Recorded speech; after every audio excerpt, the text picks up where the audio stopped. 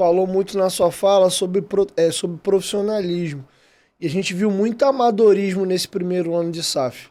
Seja na comunicação, na figura principal e maior que a do Josh Wander, quando ele...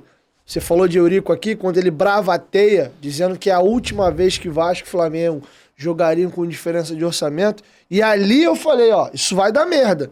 O Vasco já inicia uma crise no estadual. Pô, tá de sacanagem, tá querendo arrumar confusão, tá querendo aparecer. Eu falei, cara, você não vai sair de um faturamento de 150 milhões que o Vasco tem para 1 bilhão, que é o que o Flamengo tem nos últimos anos, cara, de um ano pro outro.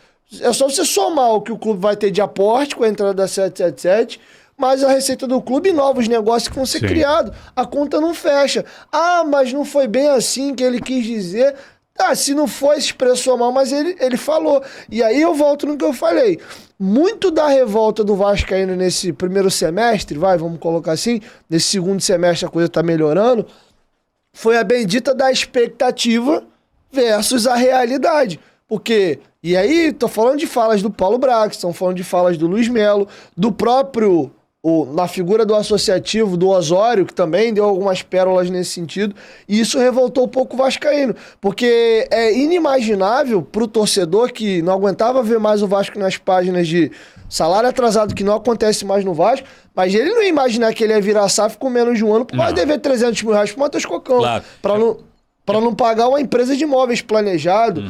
Tá com 3 ações na FIFA, quitou uma do Léo Jardim, mas ainda tá do Capasso e a do Puma. Ah, mas vai pagar agora? Vai, mas eu acho que foi mal gerido o negócio.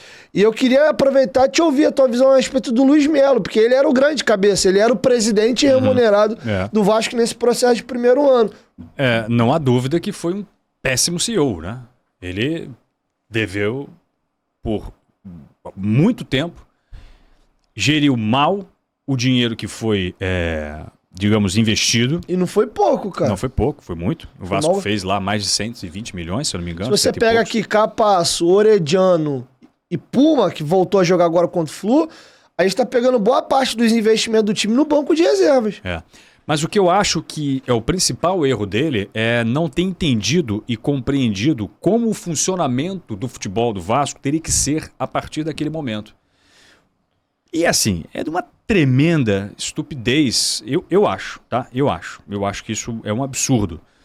Um cara que é flamenguista dirigiu o Vasco. Mas ele já estava no Vasco também. É bom que se diga, né?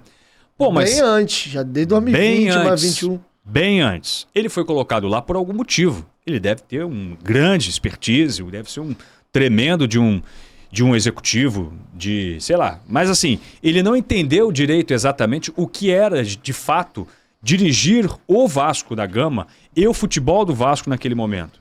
Eu acho que ele não entendeu, eu acho que ele se atrapalhou. Por exemplo, concentrou-se muitos esforços para trazer um time novo. Quando eu acho que tinha que ter um símbolo, tinha que ter alguém representando aquele momento, um grande jogador.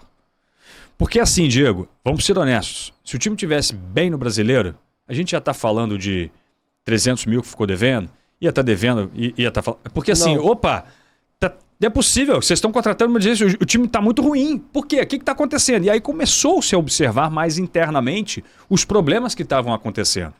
E são problemas de gestão. E continuam sendo coisas que foram feitas de maneira amadora como eram feitas atrás.